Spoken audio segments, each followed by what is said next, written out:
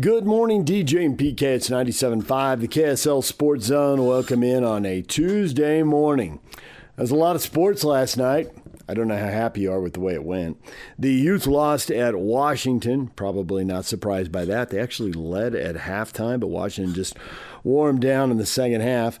The Utah Mammoth led midway through the third period at home against Nashville, a team chasing them in the playoff race.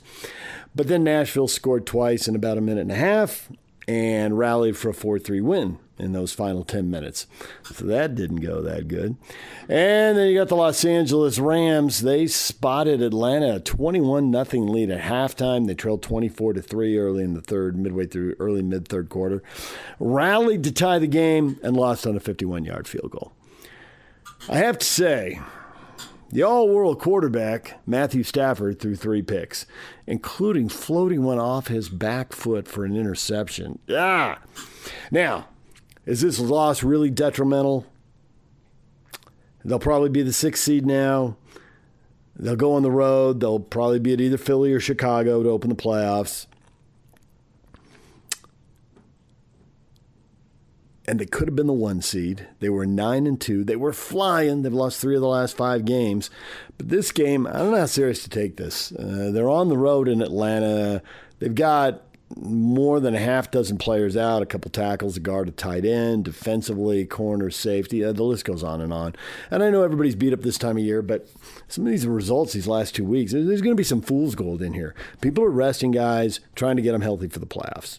Either guys are hurt and they're trying to get them healthy, or they're relatively healthy, banged up, and they want to get them completely healthy. Maybe you leave somebody on the injured reserve a little longer. Maybe in the case of what the Chargers are going to do next weekend, you just don't play your starting quarterback. Herbert's going to sit, and he's got a broken bone in his hand. For a while, I don't know if he still is, but for a long time, he was the quarterback who'd been hit the most in the NFL this year. So he's bound to be banged up. So can you look at these results and take anything from them? Now, they don't have momentum, and that matters. Maybe they can get the confidence back quickly. They got to go on the road. You know, the team throws the ball, playing at home in perfect weather under that roof. I hesitate to call it a dome. It's not truly a dome. I don't know what SoFi is. Whatever. It's expensive, and it's new. And I'm not alone. I mean, a lot of people looked at the Rams when they're 9-2 and thought they're the Super Bowl favorite. And now maybe they still are, but maybe the Broncos are, maybe the Patriots are, maybe the Niners are, maybe the Seahawks are, on and on. Maybe you want to throw Chicago or Philly in there, depending, or Jacksonville. I don't know. I watch these former players and coaches on TV, and they all think 6 to 8 teams, depending on the person, 6 to 8 teams are going to, are going to be legitimate contenders to win it all. It seems wide open, and last night really doesn't change your mind on that. If anything, makes it seem wide open, even if it's a little bit of fool's gold mixed in there. All right, when we come back, more on the Utah Mammoth, and then Yogi Roth on Kyle Whittingham going to Michigan. That's headed our way later this hour. Stick around. We'll get to the Mammoth postgame next. Stay with us. Good morning, DJ and PK. It's 97.5, the KSL Sports Zone. The Utah Mammoth tied 2-2 going to the third. Took the lead early in the third. Gunther got him a goal, and it wasn't enough.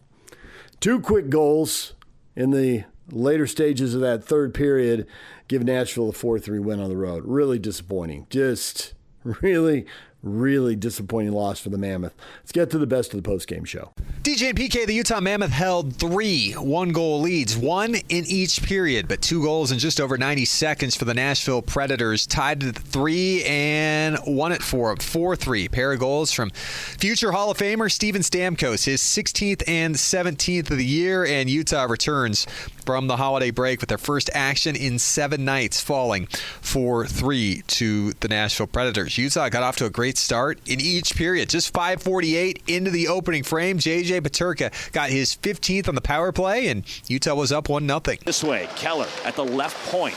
Connects the dots with Gunther. He drags it front. Back door, they score! J.J. Peterka taps in the setup from Dylan Gunther. 4 minutes and 3 seconds later, the Predators would get the equalizer, and we were 1-1 going to the second before Mikhail Sergachev on a big bomb got his 6th of the year, his 6th point in the last 8 games to give Utah the lead back. Even the games they've lost, a lot of them Utah's played really well. Schmaltz left circle, the offensive zone. Slap shot, Sergachev, he scores!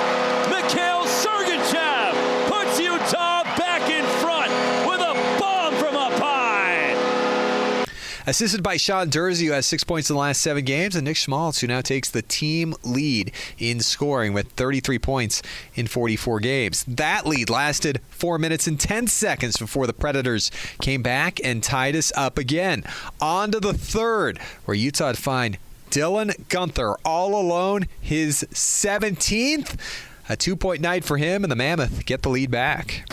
He takes Adam Wilsby up against the wall. Puck in front. Guenther dangles and scores! Dylan Guenther puts Utah back in front.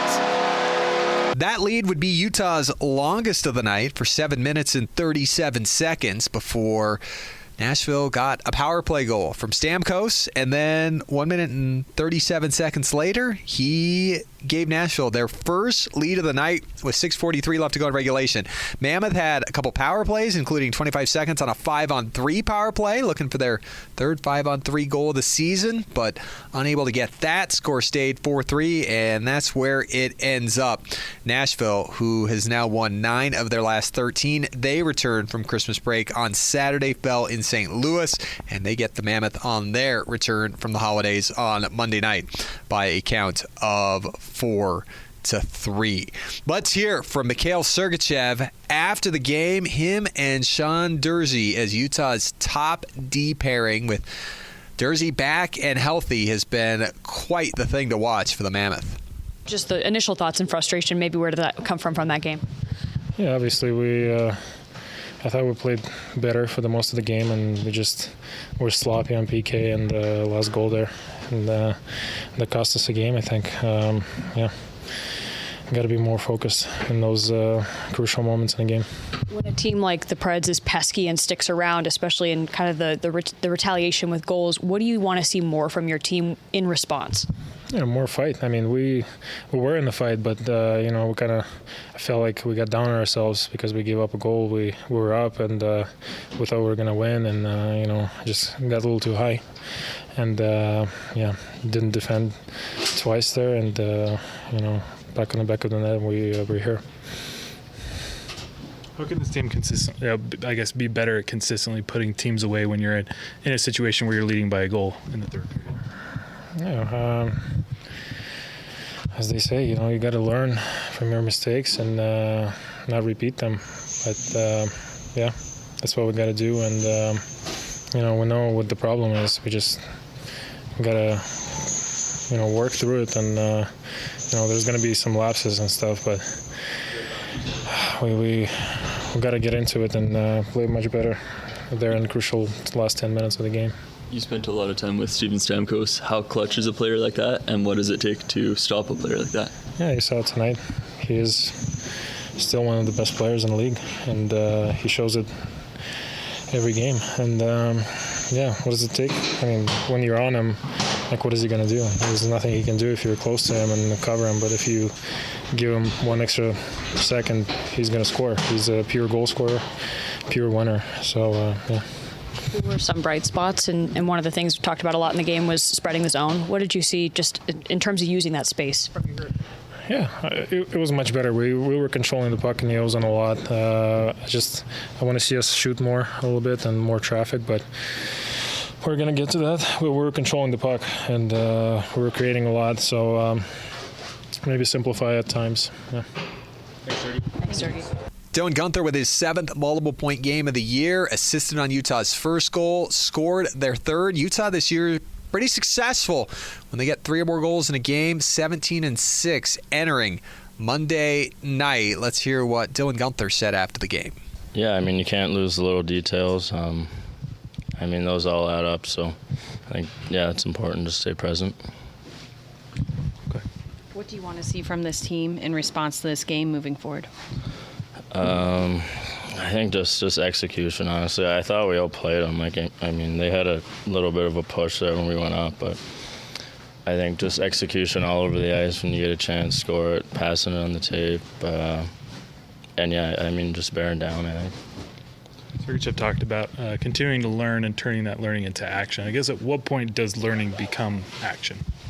Yeah, I think, like I said, I think we outplayed them and we had our chances. It's just, I know we had a few days off or whatever, but I feel like there's not that much time to waste. I mean, every game's important, so making sure that we're bearing down. It seemed like you guys were getting tons and tons of chances on the power play today. What was different today about as opposed to previous games?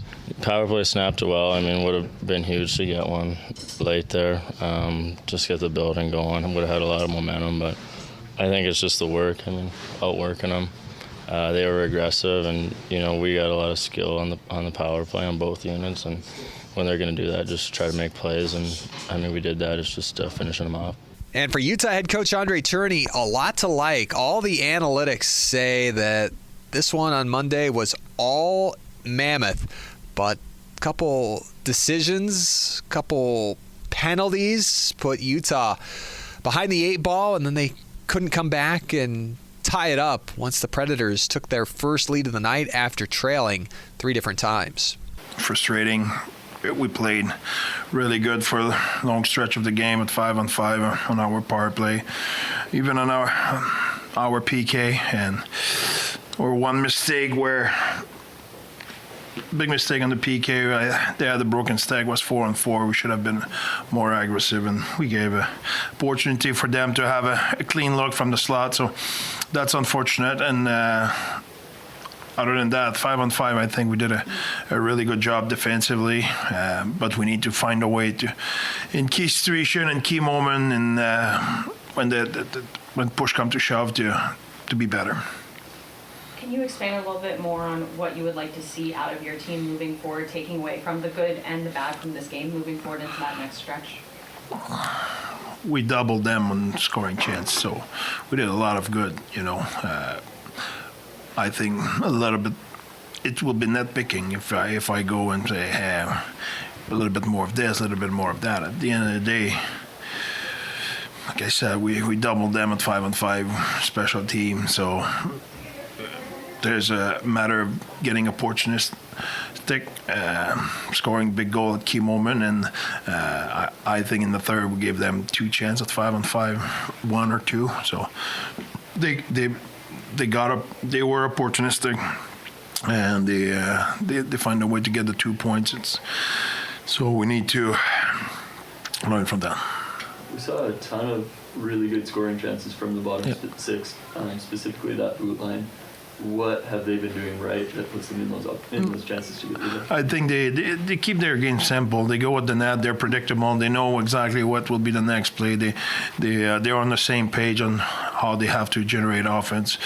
I think on that they generate a lot of good, and it's unfortunate they made a mistake on the winning goal. 2 points for Gunther tonight. Obviously, he's kind of taken a bigger scoring approach with Cooley out. What have you seen from his game over the last couple of weeks? I think he played a complete game. He played a game the way we know what he's capable of. Tonight he played against their top line all night long. Did a really good job at 5-on-5, and he scored a big goal, made points. I think he's playing a really good hockey. In close games like that, what makes the difference between being able to close the team out, especially when you have a 1-goal lead in the third period, as opposed to Well, I think even before we had the lead, when the game was tight, I think we played well. We applied pressure on them, and we had a bunch of great opportunity. That is where at some point you need to separate yourself. When I will say when the opponent give you the opportunity to create that separation, you need to have that killer instinct. You need to have that edge, and we could have take a way bigger lead at key moments. So we didn't. That's one. And two, I think it's tough for me to be sit in front of you here and say, hey, we need to be better defensively in that. I think, like I said, I think they had 2 chances in the third period at 5-on-5. So it's not like they will have 0. It's an NHL team. The other side, it's a good team. So I think it's at key moment when push comes to shove, it's important to make the last big play. It was a game that Utah played without Karel Vejmelka, as he was placed on injured reserve on Monday, retroactive to last Tuesday. So he's eligible to come off of injured reserve today. Vitek Vanacek got the start for Utah as The team really missed their starting goaltender in Vejmelka, who has a record of 16-10-2. Vanacek stopped 25-26 against Colorado last Tuesday to give Utah the chance, but unable to keep the puck out of the net 4 different times on Monday night as Utah will fall. They're back in action on Thursday, New Year's Day at 12 p.m., starting a road trip at the Islanders at the UBS Arena. 1 p.m. face-off. We'll be on the air with Hockey Day at Utah at noon. Saturday, Utah's in Newark, New Jersey to take on the Devils. Another 1 p.m. face-off. 12 p.m. edition of Hockey Day at Utah, and the trip will wrap up on Monday at Madison Square Garden. 5 p.m. face-off. 4 p.m. Hockey Night in Utah against the Rangers. Mammoth back home a week from tomorrow to start a season-long 7-game homestand. Mammoth Daily is back on Monday, January 5th from our Christmas vacation. Mike Folta and myself every day with you, bringing you the latest wherever you get your podcasts, Apple, Spotify, Utah Mammoth YouTube page, SCG Plus, and Mammoth Plus. Like us, subscribe, share, and we'll catch you coming up next week on Mammoth Daily. There is the best of the postgame show. When we come back, Yogi Roth is talking Big Ten football, and Kyle Whittingham to Michigan. That's next. Stay with us. We're joined right now by Yogi Roth. Yogi Roth used to talk about the Pac-12 all the time. Now he talks about the Big Ten a lot. Kyle Whittingham, does this feel like old home week for you? Yeah, it's great, man. Every once in a while you don't have to do homework, This is one of those times where I'm like, I've got to tap into that memory bank, pull up some old notes, get some Google Sheets out.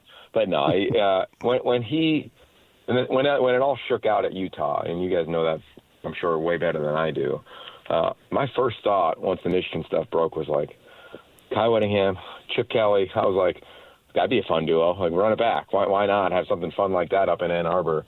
I know we didn't get all of that, but we got Kyle there, and I didn't know if it would happen. Oftentimes you're looking for so many different things, whether it's stability or a hot name. But to me, from the jump, my gut said Kyle would be pretty cool. Like if you're a program that needed stability, like Michigan clearly does, there's not a better image of that in terms of discipline, all the things that you know him to be. So I didn't think it would actually become reality, but here we are. And I can't wait to get to Ann Arbor and get around Coach Witt again. And I'll tell my colleagues, like, all right, production meeting. He's going to be sweaty. He's right after a workout or a swim. Going to come in, 20 minutes, in and out, boom, boom, boom, get your questions ready. So I'm ready for it, man. I can't wait. Yeah, obviously you've dealt with him for many, many years. It's a wild situation in college football. I mean, I'm not over the Pac-12, but I'm getting through it. And as a Pac-10/12 guy, now I'm actually glad in a sense because he's going to the Big Ten, but he's not going to an old Pac-12 school. He's going to Michigan. And the thought being, well, you're taking this guy who's built a phenomenal career out here in Utah, now going to Michigan. He's not a Michigan guy. Well, we've been around Kyle literally for 30 years. I count him among my friends. And with that in mind, I don't really care that he's not a Michigan guy because I think you can put him anywhere on the planet and he'll win. How do you think that he'll be perceived by Michigan people because he isn't a Michigan guy? I don't think it's a big deal, but, for them, they might. Yeah, it's a good question. I think to your first point, and you know him longer than I have. I met him 20 years ago when my beloved Pitt Panthers got drilled by your beloved Utah Utes in the Fiesta Bowl. Yeah. But from that moment on, I've got my iteration of Kyle Whittingham. And among all the leagues that he guided Utah to and to the top of, there was a part of me, especially when, I lived down in L.A., when I go back to like the upheaval of times in L.A., whether it was Lane Kiffin, Steve Sarkisian, Clay Helton, whenever there was movement, I always, when I was asked, and you always get asked this by ADs or people in charge, and I remember talking to Pat Hayden at the time, and I said, Kyle Whittingham, just go make the hire. To me, my point is that, it felt like, and this is with, the most respect, I have for Utah, but is there a bite at the apple at, a blue blood program for Kyle Whittingham in his career? USC, Michigan, Ohio State, Penn State. There's been overtures of him over the years. You guys have covered them with tremendous depth. I've been around them with a decent amount of depth. My point is that, once the last SC kind of domino fell when Clay was hired and he was there for a long time, and then they brought in Lincoln Riley. Like, it just felt like from that moment on, we're talking 4 years ago, like we were always counting down, is this it for Kyle? Like, is this it for Coach Witt? I always thought that in my final interview at the Rose Bowl. Is this the last time I'll interview him? And then the next year, is it the last time? And you never, to me, that ship sailed in my mind of taking a shot at a big blue blood program. Now, in the most unique of circumstances, right? Again, like, you know the details better than myself. Now he gets his shot. So to answer the question about, like, do you have to be a quote unquote Michigan man? I'll say this. I think that there's certain fan bases that, best way to say it, like, are just incredibly obsessive about their program. Michigan's one of them. Ohio State's another one. You could also argue, like, at times ridiculous. You know, like, it means so much. It's so personal. I mean, I feel this way just calling games in the Big Ten. Like, I don't even look at social media anymore as a broadcaster, because after the game, if the team loses, it is like the most amount of vitriol in a week than I had in a year calling games in the Pac-12. Like, it's just a different level of, call it what you want, care factor. You know, the 10% fanatical part of the fan base. It's a little over the edge. But, yeah, Michigan has that for sure. So, yeah, they start off and they beat Oklahoma. It's going to be the second coming, right? They lose that game, and it's going to be, I told you, we needed to get fish, or we needed somebody younger. So that is what that fan base is. Kyle's built for it, though. He truly is. He's not a guy that I don't think he's, like, insular of the noise, like he's aware of it. But I think we've been around him to know that, like, it's never going to impact him in terms of his decision-making or how he's going to lead. You know, I was just talking at the gym about to a Michigan State player, former Michigan State player, a few minutes ago. He's like, what's it going to be like? And I said, it's going to be his way. His way isn't demeaning. His way is, you know, he's got a standard. He's going to know how it works. The players are going to be, you know, the standards are going to be very clear from the jump, and they're going to fall in love with it. And then they're going to go into what I think is the most competitive league in the country. Every game comes down to a 2-minute drive. Over 30 games this year, one-possession games. So Bryce Underwood, is he going to come back? I think so. How do they develop him? I think you have to be a pure passer in this league. Like, I think you need an NFL quarterback. He's going to have to take the next step in that regard for them to win those tight games in this league. But they'll have every opportunity to do so. And if they do, they'll love him. And if they don't, it'll be 3 years and move on to the next iteration. You know, that's just kind of how in a lot of these big-time programs. How does it play when Urban Meyer, Ohio State, the evil genius, everybody at Michigan hates him, when he starts talking positively about Kyle, which he's already done, the clips are already all over social media, and he starts talking about how smart he is and how tough he is and how he's going to root for him in every game except the one, how does that fly? Does that buy Kyle credibility when it comes to recruiting and the transfer portal, or is that all dollar driven anyway, so it doesn't really matter? What do you think? Because it's a weird dynamic, but it could be a powerful one. Yeah, it's a little bit of both. I think the good thing about, like, you look at Utah's placement on the map, and you look at, like, what they've done in college football. To me, it's cut through a lot of conferences. You know, they've always been a team that. Let's just go back to our Pac-12 days together. If you said to me, you got to take a team and put them up against anybody in the country, I would have always picked Utah. You know, I just would have. Like, roll into Gainesville, roll into Tuscaloosa, roll into Ann Arbor, roll into Columbus. Like, I just would have picked them. And then when Dan Lanning got to Oregon, like, obviously I'd pivot to them. But I say that because people know the brand of Utah football. I never felt and still don't feel like Utah gets the respect that it deserves because it doesn't have the Michigan history, which I don't like or agree with, but it is a reality in terms of just like the traditional fandom or, you know, votes given in an AP poll, right? Or just the respect given of a logo. But those that know the game, those high school coaches in the Midwest, or those obviously college coaches, those media members that follow the game, like, everybody knows. So I think you just add to it when it's Urban Meyer, when it's anybody, any of our colleagues that are raving, and everybody has, because it's the truth. You know, oftentimes when anybody gets hired, you pull the best quotes, and everybody does it, and it's great, and everybody believes it at the time. But Kyle's just got such, to your point, a history behind him and what he has done and how he has done it. It's been so consistent.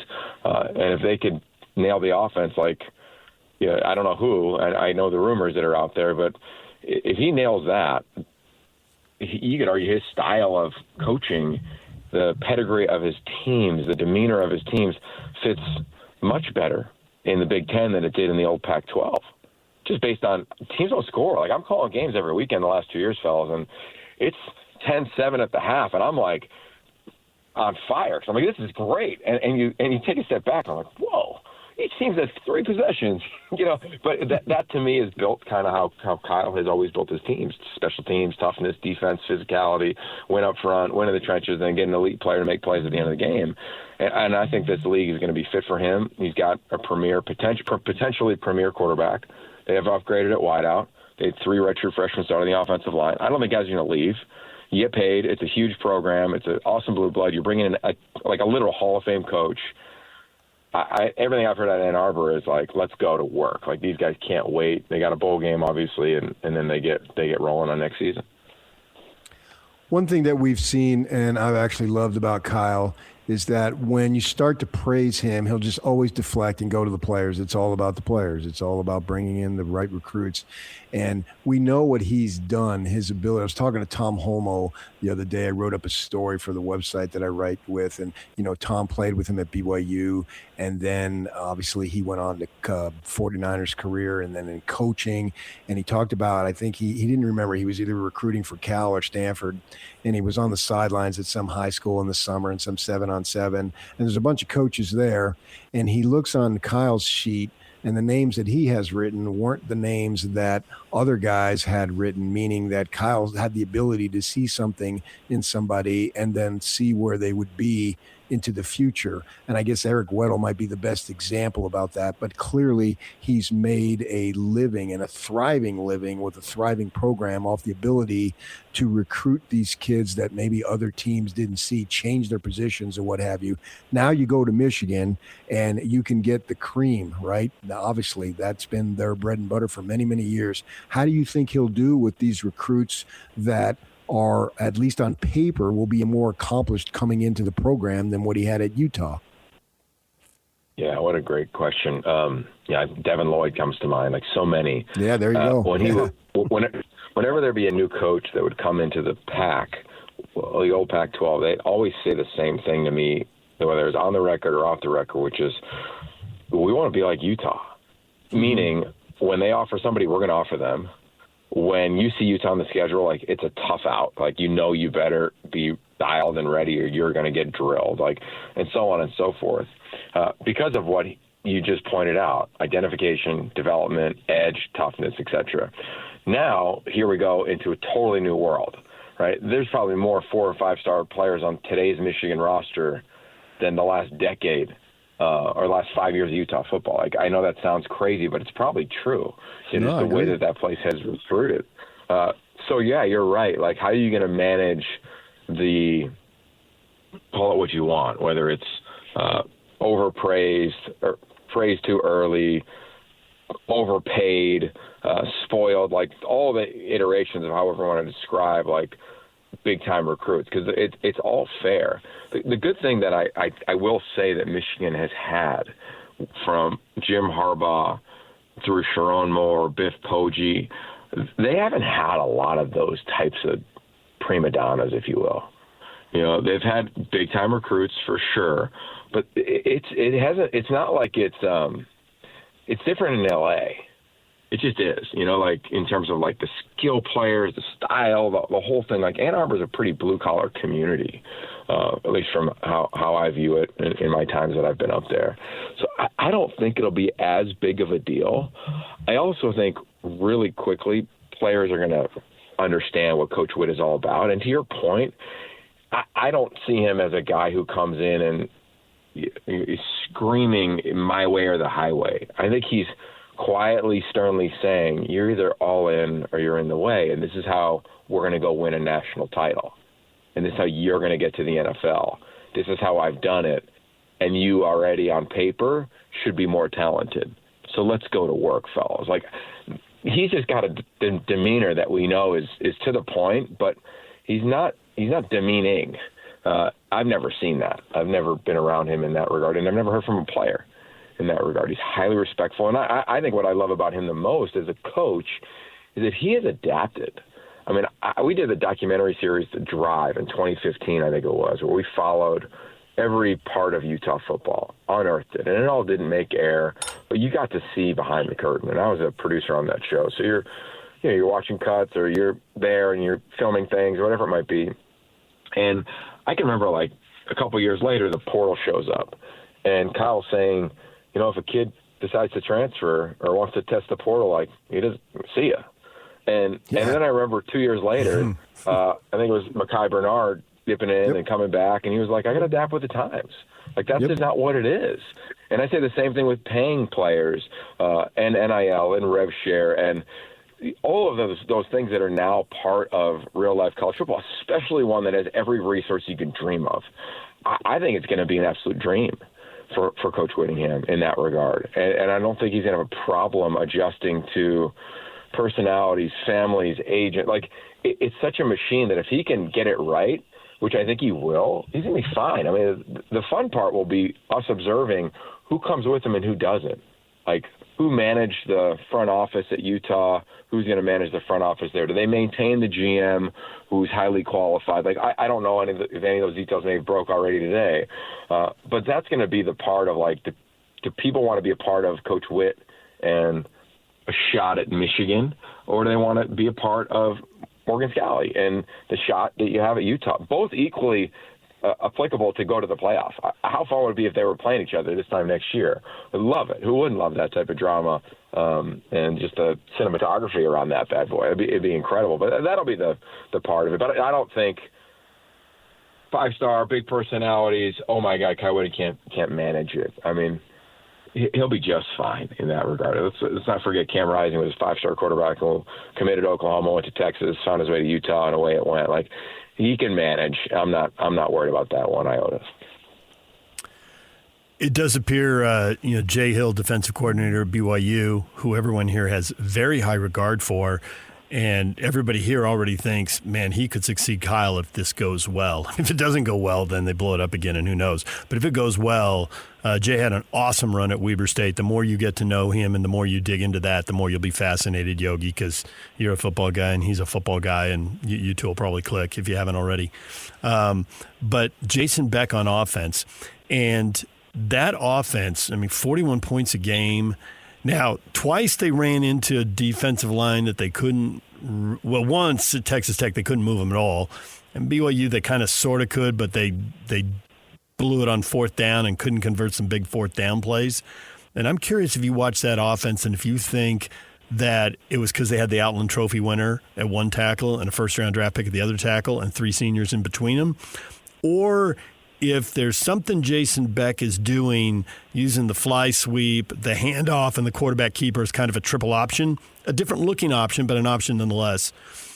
And also their ability, and I don't understand exactly how this works, but he can pull it and he has the chance to pass it. And I think somehow they're putting defenders in a 3-on-2, 2-on-1. Kyle said once at a press conference, it's a great offense because sometimes no matter what a defender chooses, it's wrong. They literally can't choose right. Now, Texas Tech could choose right. They dominated, right? There was one good drive in that whole game for Utah. How much of that do you think translates regardless of talent, and how much does it count on Michigan having an awesome offensive line and all these 4 and 5 stars you talk about? Yeah, well, two things there. Definitely Coach Hill. I called a couple Weber State early non-con games back in the day, and you're right, like so impressive. And I, selfishly, I hope he goes just to, interview a really talented defense coordinator in advance of a game. Same thing, Coach Beck on offense. Have tracked his career for a while now. If that comes to fruition, like everybody's anticipating, it'll be awesome for Michigan. To your point, they are impressive up front, and it is so cliche, and it is also so accurate in the Big Ten. If you can't move mountains, you don't have a chance. You could dress it up however you want, but you don't have a shot. And that's what makes this league really fun. And it's really hard to tell on tape. It's really hard to tell on TV. But you go watch Iowa practice in training camp, and it is like, whoa, this is a different type of group up front. You go watch Ohio State practice, and it's the only team that's ever reminded me of the teams I coached on at USC with the amount of competitive depth. You go watch, like, I just can't keep going around the league. You can go to Minnesota. You know, like, it is a tough out, and gimmicky stuff doesn't work. And I don't think Jason Beck is that. When you watch them, you know, it's a sound run game that'll travel. Imagine now the quarterback in Bryce Underwood doing that. Bryce is a monster. I mean, he's all 6'3", 6'4". He's going to be 240 by the time next season starts, and he's a true freshman. He's as serious as they come. He's got a cannon. He's got to work on his touch. He's got to work on his footwork, all the things that any second-year player in college needs to focus on. But he's a gifted player. I mean, so gifted. So you add that, the receivers, they finally kind of got a couple playmakers. That's always been an issue to me that I can never understand it at all, of all places, Michigan. But they have that going a little bit. They'll be fine at running back. And defensively, they're always big time, you know, in their front seven and at corner. So I think it'll fit in well. I really do. The challenge in this league, as I kind of said earlier, is that it is 5 plays a game that can impact this thing if your QB's right. And I just keep coming back to that. Like, year one for me, call games in this league, the biggest disappointment was quarterback play. It was disappointing. Year two, it was the most talented quarterback room in the history of the Big Ten. And I've checked that with, like, the Jerry DiNardos of the world. Am I crazy? Because you look around the league and it's like, oh, God, there's a dude everywhere. And it's only going to increase, A, because of money, B, because of prestige, B, because, you know, again, you just keep kind of going down the list of why quarterbacks that I talk to are like, I want to go play there. I want to go know what that's like. Every weekend is sold out. It's bonkers. I mean, I'm calling winless Rutgers, winless Purdue, and it's 95% capacity like it's a CFP. You know, like, it's crazy. So that'll be a really fun element for these systems. But, yeah, do they translate? For sure. Not worried about it at all. And I think anytime I've been around coordinators that have been around ball for a long time, give them more talent, give them more physicality, give them more next-level players. None of them are going to complain. So, yeah, I think it'll transition just beautifully. So now, Yogi, the Utes obviously turn to Morgan Scalley. Here's a guy that you know. He's a guy that we know, actually, ironically enough, the year after he stopped playing, and there was a year in between before he went into coaching, and he did sports radio, and he was on the show that ran at 10 o'clock in the morning when our show stopped. We've been doing this show for almost 25 years now, and we got to know him. We already knew him, but we got to know him better. We love the guy. We want him to have as much success as possible. He's a great human being. I really can't think of anybody better if I'm going to start listing human beings. But he's a rookie head coach. At the same time, I don't know that there's a rookie head coach who's had as much preparation for the job without having done it than Morgan will be. We certainly want him to succeed, but I'm a little nervous because there's growing pains. Just give us an assessment of what you think that the Utah fans can expect out of Morgan Scalley. Well, he's, talked about a Michigan man before. This is a Utah man I am, like, through and through. I remember calling a game back in the day and watching him practice in that finale against my Pitt Panthers 20 years ago. We're like, yeah, he's going to be the next head coach there. And it's been twists and turns here and there, but now that's the reality. I think he's been waiting for this job forever, and every alumni is. And sometimes you're right. It doesn't go beautifully. I've watched that, and it rips your heart out when it doesn't. There isn't anything in me that says it's not going to go extremely well. Now, define extremely well. You're going to Big 12 championships every year. Are you competing for Big 12 championships every year? The latter, for sure. That should be, to me, the floor. I mean, this is a 9 to 11, 12-win team every year. That's what Utah football is, right? It dipped, obviously, with all the injuries in the last couple seasons in advance of this one. Coach Whittingham even referenced why he came back for this one at Utah. And I say that of, like, tell me if you would know if this is 100% true, but everything I've been told out of Salt Lake City is that over the last couple of years, he's just been given more responsibility. Like, yes, almost like given, yeah, there you go. Like, been taken into the head coach's office more, head coach's mind more, decisions more, roster management. So I'm not worried. I mean, the challenge will be replacing the staff. If it is accurate, everything we're kind of talking about and who leaves. You know, when you're at one place for a long time, I do think, like, you know that place really well. That's the positive. And then what is your community of, like, what fits in here really well? Like, and I'm sure Morgan has had to have his eye on who would I elevate, who would I promote. You know, the OC thing, as we all know, at Utah has been, you know, up until Andy Ludwig returned, a relative revolving door, you know, to be fair. And then obviously it changed again this year. So I'd imagine Morgan, having seen all of those changes, knows what fits there and knows how to attack that thing. So that'll be the challenge, I think, of the first time making hires and saying, okay, this guy's going to coach my QBs, what's going to happen in this position group and that position group, and how does that affect recruiting? And, like, those are the pieces that I think are massive.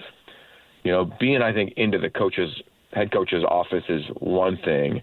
Managing 50-plus staff members, that's just another. There's a different layer there. And every head coach will go through this, Morgan included, of year one, like, you'll want to be, because you're so enthused, you'll want to just have your hands on everything. You know, I've talked to head coaches in year one where they had to approve every social media graphic. And the social media person's pulling me to the side, you know, in a training camp, or calling me and say, yo, like, can you give this guy a call? Like, they're killing me. Well, you know, like, little things like that, I think, just happen. They're almost like a rite of passage, I think, for first-year head coaches. So I'm sure this time next year, like everyone, he may say a version of, yeah, I got to, like, loosen the reins a little bit on everything. But you're so jacked. I mean, he's wanted this job forever. It's the only job he's ever wanted. How lucky is he to get it? He's had to move his family. He's been there since he was a player. I mean, it's a beautiful story. And, you know, like you, I'm rooting for him on every level. And I don't think it's like pie in the sky rooting for him. Like, they're going to go win.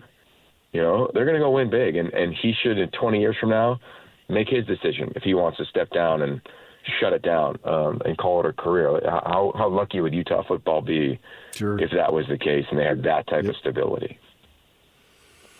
So we have been doing this show a long time, and we knew Kyle pretty well when he was defensive coordinator and he wanted the job, and he got passed over when Ron McBride was pushed out, and then he got it after Urban.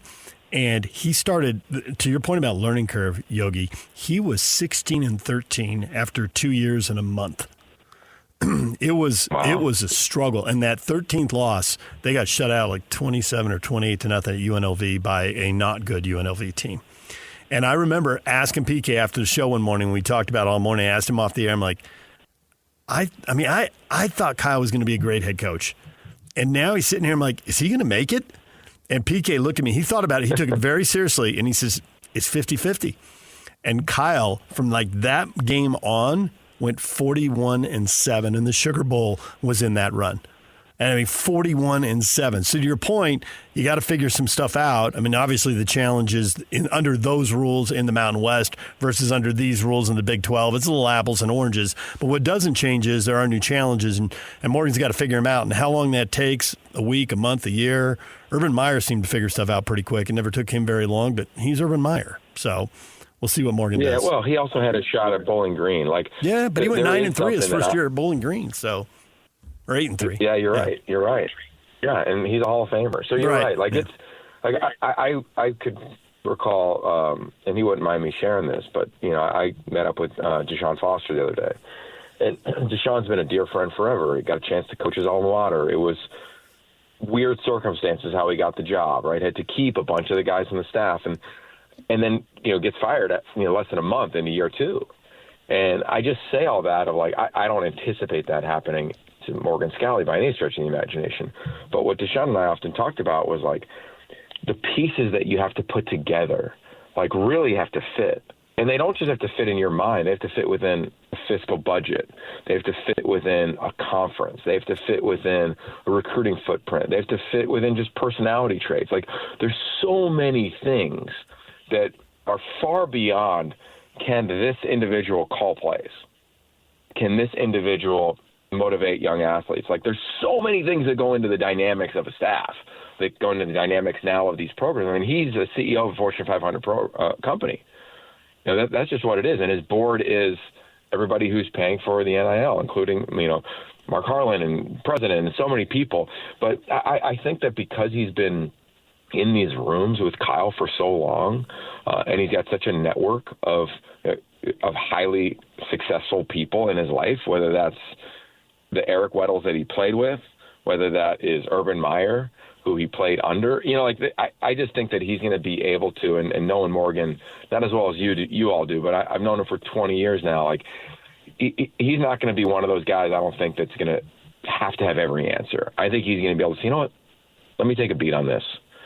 Let's get back to it. You know, like I think it's going to be really thoughtful, because he is really thoughtful. I think in all my interactions with him have been nothing but, you know, incredible. So I'm looking forward to him getting his shot. I think there's a lot of coaches out there that don't get their shot as a head coach. And you guys, I think, would agree. You've met so many along the way, and the narrative has to hit, the team has to hit, the openings have to hit. So I'm just excited that he's got, you know, an opportunity at the job that he's been waiting on for a long time. He's turned down a lot of defensive coordinator opportunities, a lot of other coaching opportunities to be there. And I can't wait to get him going. And now he gets this bowl game. Here we go. What are you going to do with situational football now? You got to manage the offense. Are you going to go for it on fourth down? Like, those are the things that, if I was calling it, I'd be saying, all right, all these new decisions would be so intriguing for me as a broadcaster watching a first-time head coach do it. Yogi, we appreciate it as always. Great to talk to you again, and we'll look forward to seeing you covering the Big Ten.